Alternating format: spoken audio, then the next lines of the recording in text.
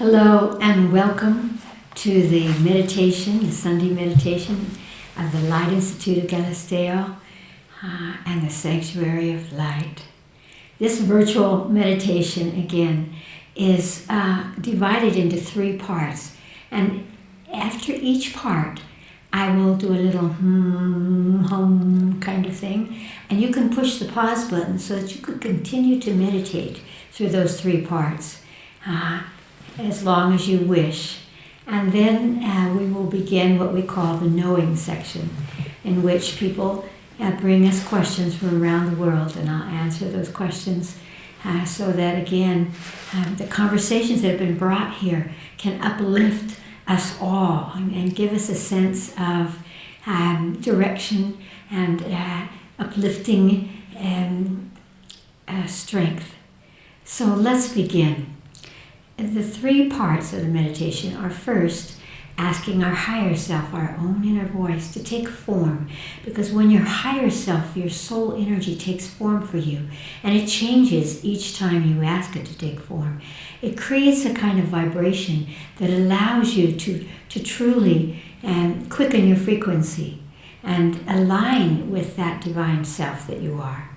In the second part of the meditation, we practice the art of radiance by imagining that we're pulling down from the cosmos a beautiful beam of white light and radiating it out from us. And as we do that, that allows our auric field, our presence to expand, because this is a time when we all need to be very visible and present in our lives and in our purpose of our soul on this planet. And then in the third part, we choose a situation or a place each week, and we extend our consciousness to that. And because in our questions for this week, we had some concern from elderly people, from senior citizens, and I would like for us to focus in our third part towards all of the elderly people across the planet. In many traditions, they are still held in deep respect and wisdom and listened to. In the United States, there's a bit less than that of that. And so I feel that right now with the coronavirus, focusing on health issues for the elderly, it's very important for us to send them a sense of you're safe, you'll be all right, and you are very much a part of our culture and our lives. They need for us to do that. We need to do that. So those would be the parts for our meditation. And then we'll do our Sunday knowings. Are you ready? Close your eyes. Take a deep breath into your body. And breathe out very slowly through your mouth. Exhalation triggers the meditative alpha state in the brain, slowing the brain. Once again, breathe in and breathe out slowly.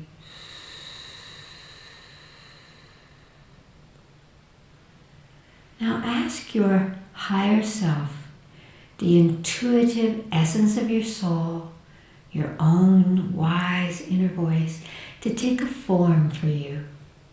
It could be a light, a being, a tree, an animal, an equation, whatever form comes to you at this moment, embrace it.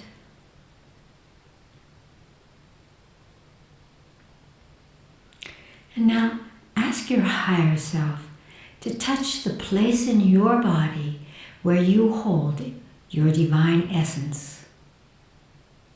And just imagine that your higher self is touching that place in your body, and through that touch is activating it, awakening and opening that divine source energy in you, truly creating a spin point that source can flow in through that point and through you and radiate out from you.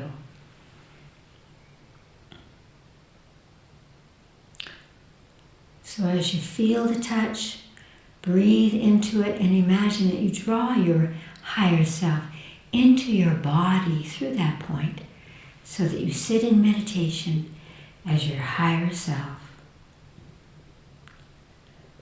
Om.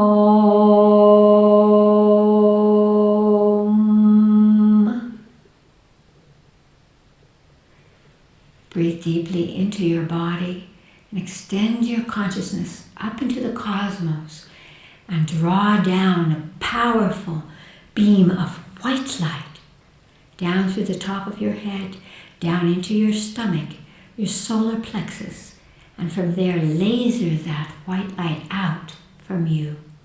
You might laser it across the planet or just stretch it out and take it back into the sky.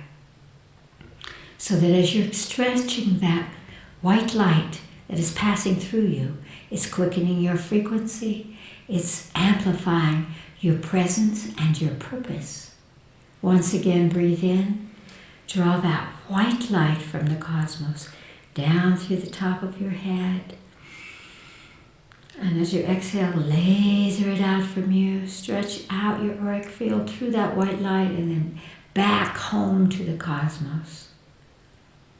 And you're going to allow that light to continue to flow through you and out and back in through you, amplifying that vehicle that you carry. Om.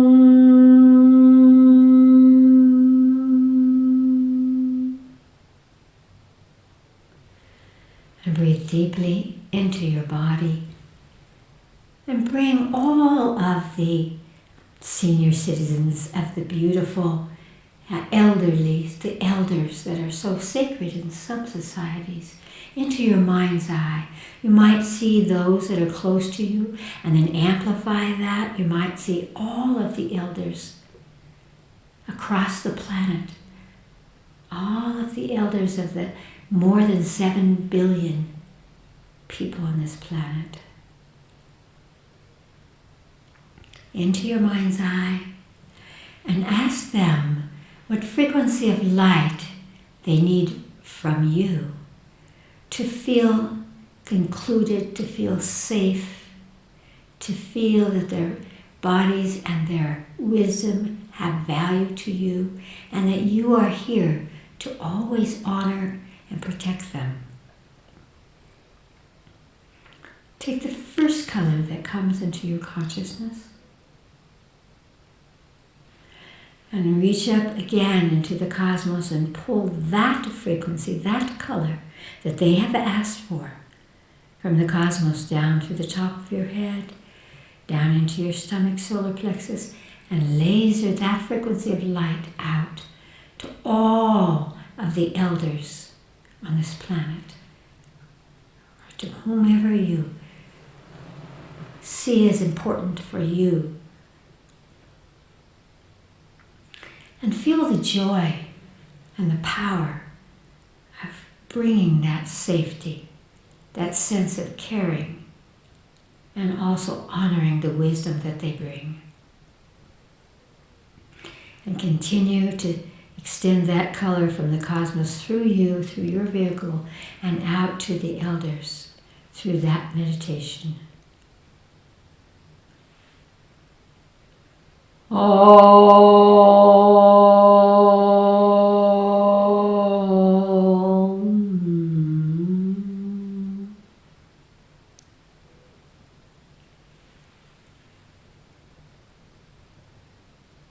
Breathe deeply into your body and open your eyes. Thank you. Imagine the millions of people, of elders, who are thanking you. And they receive that because we are all connected through light. And they will suddenly feel a sense of belonging and that encompassing. That is what we have just given to them very powerfully. And now we'll begin the second part that's called Knowings, with all of the lovely and beautiful questions that are coming from around the world. And if there's anything that, again, is important to your heart, please send a message, the question, to the Light Institute of Galisteo, and we will receive it, and at some point we will bring that question into the world so that we can all look at it and utilize what comes up. Allison will begin with the 4 questions we have today. Allison? The first question comes from the state of New York, and the subject is government interface with our constitutional rights. Mm-hmm. Dear Chris, there are organizations in this country that are, at present, planning to use this pandemic as an excuse, for the best interest of the public, of course, to come into our homes, violate our constitutional rights, and take people out of their homes against their will, as a worst-case scenario, and isolate them in nursing homes and other facilities for their good, of course. Are you aware of such goings-on? And as I am 70 and my wife is 80, and at this time healthy, I have a legitimate concern as I feel seniors are particularly being targeted. Also, as I am a light worker as well, do you have any suggestions of how to protect both my wife and me, spiritually and physically, from this more insidious, more subtle form of pandemic? That's a very powerful conversation, and many people are concerned about that. Yes, I've been aware of that patterning for quite a while because, and I want to talk about that first, and that is that we have given up, we've given to the medical profession, to the pharmaceutical industry, the sense that they are the caretakers and that we are not.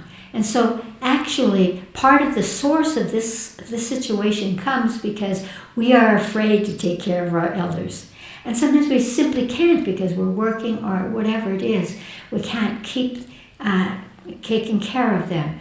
And so we put them in the hands of other caretakers or again, nursing homes, etc., etc. And then what has happened way too often is that suddenly the rights of those who have been put in those nursing homes have been taken away. They have inadvertently signed off value that they have or things that they want to have happen. And suddenly they have no control. And so I would say that it's very important, I would begin by saying it's very important to realize that you have a tremendous power, legal power, first of all, to put down and to authenticate that you refuse to be taken by anyone under any circumstances into a nursing home, that you want to maintain all of your rights, that you are not giving up your financial rights, your health rights, or any other rights to any other bodies outside you. And I know that these papers can be legalized. They can include, for example, how you want to be handled when you've passed from your body. Do you want an autopsy or not? Do you want to be cremated or not? We have the right to say these things and put them down legally. And in so doing, you are opening something that at this moment, in terms of the COVID-19, gives you a tremendous power legally. And that is that we know that the most vulnerable have been the elderly people who have, in fact, this is how it started in the United States, who are in nursing homes. So for someone to feel that they're for your highest good, for your good, putting you in a nursing home, I feel that you have a very powerful legal right to say, you would be jeopardizing our health. And we even could challenge that and sue you. And so I think that you really have a power there at this time to say, no, you're not going to move me anywhere or us anywhere. The second part of that, of course, is maintain your health so that that issue never comes up. And take your elderberry, take hydrogen peroxide, take vitamin C, move your bodies, etc., etc. Do things that protect your body, your immune system. You can explore there are so many ways to do that. And of course, for me, in the way I look at things, is the most powerful way to protect yourself from being invaded by what in Chinese medicine we call the evil qi, whether that's a virus or as a government organization or anybody else, is to use the energy of your true self, your powerful self, to extend out from you. because these are the laws of energy. And as a light worker, you must know this, that when you are pulling energy from the cosmos, as we were doing in our meditation, and radiating that energy out, energy has to be equal to yours or faster, not slower, not manipulative, to be able to come in. And so it's very, very important that you do not spend your emotional mind worrying about they're going to take it from me, they're going to take away our rights. These things are possible realities. If you fixate on them, you will amplify that possibility and that probability. So don't put your energy there. Put your energy into envisioning yourselves living so long and so healthily, and as I do, how do you want to die? Pass in your sleep, not by a disease, not by anything, but knowing that spiritually you're finished. You have accomplished your purpose and your evolution here. If you put your conscious awareness into these images and see how that could be for you, and each time create visions of you and your beautiful wife, happy and brilliant and physically strong, you will not invite that kind of conversation into your lives. And it's so easy to fall into fear. I know that you are hearing that story that you were telling again and again, and certainly through all your friends. Don't do it. Replace it. And this is something that I've learned in my healing work, is that when there's negativity or pain or anything that needs to be changed, and this is a time of powerful change, you must replace it with something. You can't just say, I won't do that. I won't think about that. I'll hide from it. No, you have to replace it with something. And that something has to be more than just a mind thought. It has to be an energy. And so every time that you're having breakfast or that you're conversing with each other, stop for a moment and say, life is good.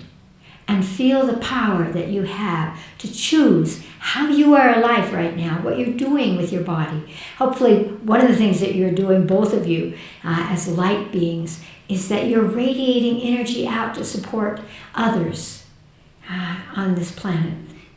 Because that's really so much a part of the soul's purpose, the evolution of the soul. And the evolution of our souls means that we recognize that we've come as a soul group, and we don't need anyone to be our bad guy to push us into some kind of growth. We don't need it. We can grow through consciousness, not fear. And so, lastly, how you can protect yourself and your wife, again, is to every night when you go to bed and every morning when you get up, connect to your higher self. Ask it to touch your body. Ask your body, what color do I need today to be independent and healthy for the rest of my life so that I can help the world? Something like that, however you would put it.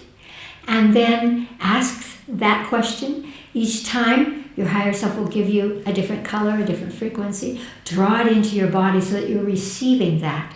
Because the more that you fill up, the stronger you are, the more radiant you are in light, the less any negativity can touch you.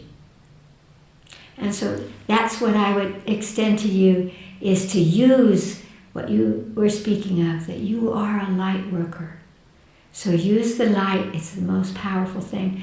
One of the things that I often do is, if I have a boogeyman, if I have somebody or some situation that is dangerous or negative towards me or in my environment, I immediately focus on them and ask them what frequency of light they need from me to be released from whatever contract and vow we might have, and whatever incarnational karma that is not a good karma, that is not a wonderful karma. And when I draw that energy from the cosmos in and I extend it to them, I am free, and I'm setting them free so they don't have to come into my environment. I hope that you will practice that exercise in consciousness so that you can feel how it uplifts you and brings your attention into the things that we need. We need you. We need light workers. We need healthy and wise elders. I am one as well. Great love. Allison, the second question. This comes from Mexico. Mexico. Chris, there are so many conjectures and opinions of what is happening to or will happen to our world. I'm just curious, how do you see our world? I think I've been describing that just now.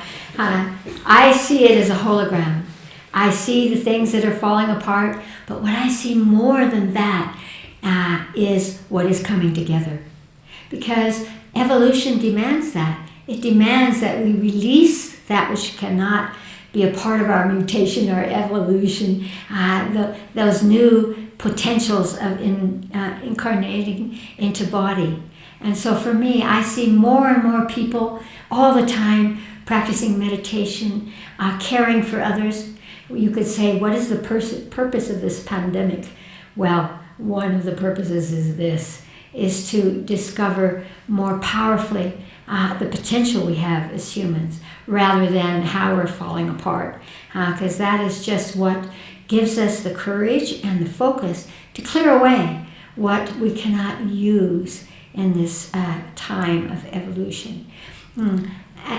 In our work, when we talk about the body, and the body has constellations, each part of the body gives us a message or has a specific kind of purpose that it offers. The eyes, first of all, represent, and physiologically they actually do connect or attach to the liver. The liver is the official in charge of the chi, which means the energy of the body. And this is very true in Western medicine as in Eastern medicine. And that energy that is there, that chi that is there, gives us what we need to work in our lives, to use life. So our eyes are connecting to our liver, and that's why it's so important to take care of your liver by doing liver flushes, by taking things or using the herbs like milk thistle that support the liver's function so that it's always strong for you. I really find that when people start clearing and strengthening their liver, that their eyes actually, their vision improves. Now, when we talk about, okay, you have the left eye and the right eye, is there a difference? There is. The right eye is the eye that looks out into the world. And so when I use my right eye to look out in the world, I look out first for that which will support our evolution. And I send my energy and my sense of self and my presence on this planet to support all of those, whatever it is that you're doing. Perhaps you're taking care of an elderly person, or perhaps you're taking care of the environment. Whatever consciousness you are using to be, again, an agent of change, a powerful person in the world, for yourself, for your sense of self, that's what I'm looking for. And I see that. New ideas coming forward, new ways of dealing with our problems are coming forward. We have such brilliance, and it's time for us to be visible and to use it. And so I love that. It's the yang side of the body. It's the yang giving out into the world, taking the responsibility for the world, seeing the world, and seeing, again, what can I do? Who can I be that supports what I want to see and what is true in this world? I'm not saying that we hide from what is not true or what is not good. I'm saying that we consider that through consciousness we can give something to that and then go on in a different way. And that's what I love. We are the solution. We are. And there's no one else outside of us who will fix it. Not our governments, not any other authority, but ourselves. The second part of that is our left eye, which has a lot of folktale stories about it. In the Middle Ages, if your left eye were bigger than your right eye, they said you were a witch and you were likely to be burned at the stake. Now, of course, we know, as we do cranials at the Light Institute, that it's probably because in the womb you slept on the other side, or you tend to sleep with your right eye, and so the sphenoid bone, which is like a little chicken bone like this, is more open. It's wider on your left eye, which makes the left eye come forward and look bigger. I have had that all my life, and I can correct it by just doing a little cranial thing to make my eyes equal. But so what is beautiful about this left eye is that it is the eye of the spirit. The left eye looks in. So when I look at the world, I use my left eye to look into the hearts and the souls and the truth of each person that I see. I look at their eyes and I see, are they equal? Is one shooting out more powerfully than the other? So you want to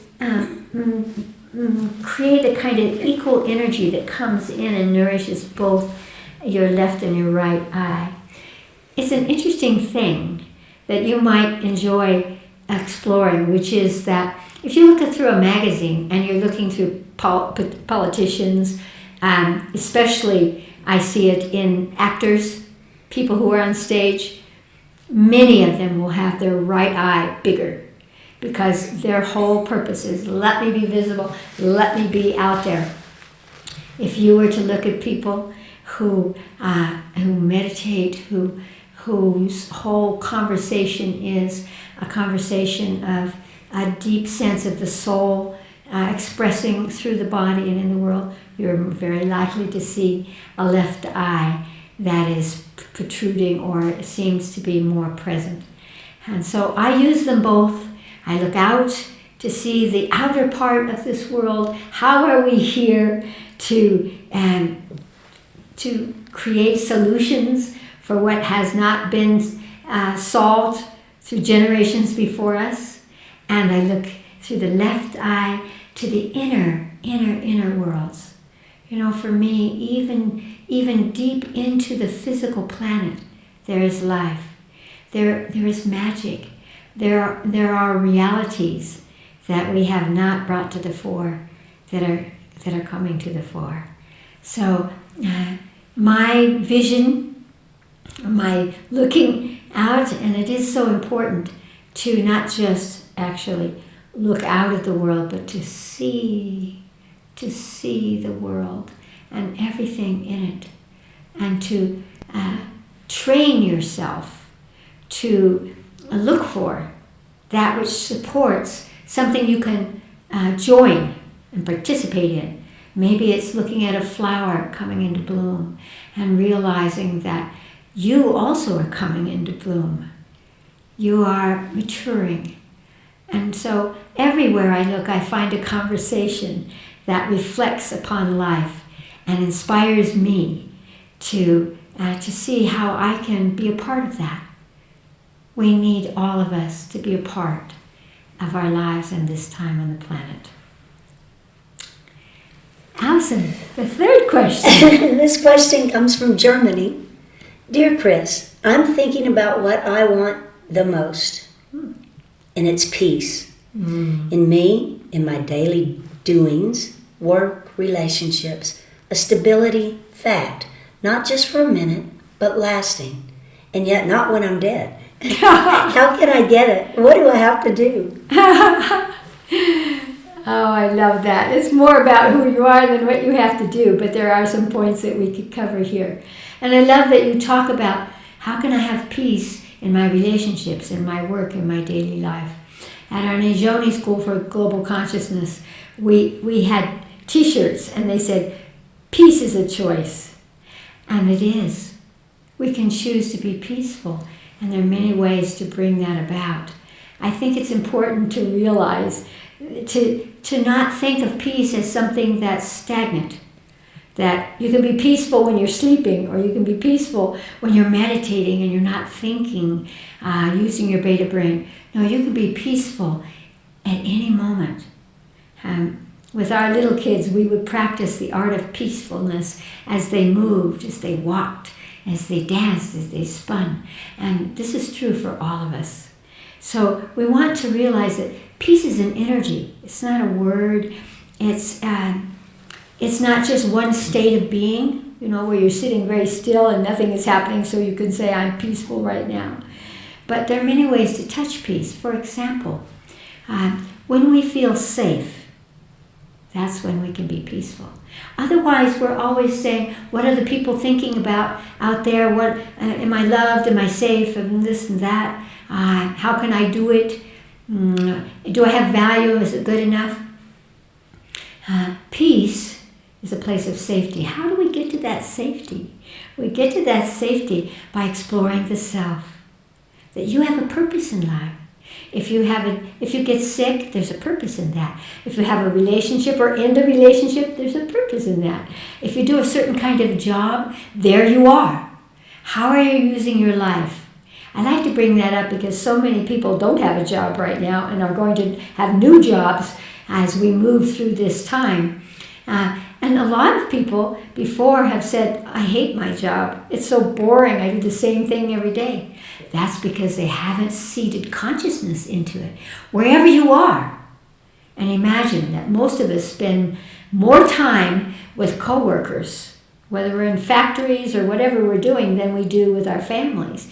Therefore, our presence makes a difference. We can bring love, we can bring safety, we can bring health to others as well as ourselves. And of course, anything that we're extending out to others is passing through us.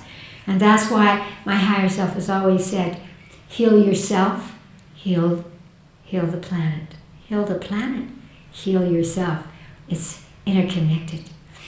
So you could work with a sense of safety. What makes you safe? Truly what makes you safe is a sense of self. And so you want to amplify that sense of self. And one of the ways to do that is to connect with your higher self, is to feel the touch of your higher self that we were working on earlier in meditation. For example, you could use these words. These are exercises in consciousness that I think are very powerful. You could say, where is my body holding safety at this moment? Because your whole body is not waiting for an accident, is not waiting for a disaster. Your body's busy, thinking something or looking at something or whatever it's doing. And at that moment, parts of your body, maybe your whole consciousness, is peaceful. Or you could, or safe. You can use that word peacefulness. Where am I holding this sense of peace in my body at this moment? And you might see a place or hear it or feel it, wherever that comes to you. Bring your conscious awareness into that place in your body and feel that energy of peace. Then imagine that you could prick open that energy, that peaceful energy, and it could flow through your body like a powerful nourishment, a centering energy that really brings you into a state of peace or a state of safety. You see, it's really how we focus our consciousness that makes a difference. When you do an exercise in consciousness like that, it will affect your physiological body, it will affect your mental body, your emotional body, and you will find that peace. I love it that you're talking about that. Choose to be peaceful right now and realize how many ways you can do that by focusing here or there or inside. There's so many ways. We've just forgotten what those energies are like. Is it soft when you're peaceful? Does it have a smell for you? Do you have a sense of being embraced or embracing? There's so many ways that you can learn to identify peace for yourself. And then, whatever that is, when you feel that peace flowing through your body, take the next step and imagine that you're radiating that peace out from you, out into the world. Maybe you need to radiate it to your children or your coworkers or your family or your country or this whole planet, nature, wherever. Radiate that energy out from you. It will expand your auric field, and the bigger is your sense of self in terms of your electromagnetic energy, definitely the safer and the more peaceful you'll be. Great love. And last, Allison. The last question comes from Colorado. Mm-hmm. Dear Chris, I just watched your global echelon about the gifts of the inner child. It is so much fun to carry this energy, but I have an issue. Will you please talk about how to not irritate people who are chronically serious and skeptical with my new enthusiastic inner child personality? I'm not judging these people. It's just that happiness seems to rub them the wrong way, and I'd rather not trigger them. Well, there are two aspects of that. One aspect is finding that balance between who you are and who you think the world wants you to be, and who you're safe with, not triggering them. Well, I would say that that's the least of conversations for you in this world today. The world needs happiness. And so what I would say is you want to meditate for yourself or contemplate how you can share your happiness. In Chinese medicine, we actually identify that kind of personality. We call it the full heart. And it's a person who is always laughing or, exuding energy, very energetic kind of people, the full heart. And sometimes that bothers other people because they don't have a full heart, because they're worried, because they're anxious, because they feel alone. They don't feel happy, or that they even have the right to be happy. And so what you want to do is not just be happy in your own happiness. You want to transmit that happiness to others. Maybe you actually have a gift of humor, and you can apply that. I always find that it's this encompassing energy that will allow other people to be safe with you and to come along with you in this happiness. It's very important to know that you have a right to be happy in the middle of a pandemic, in the middle of tragedies, because not everything is a disaster. There are so many powerful good things as well.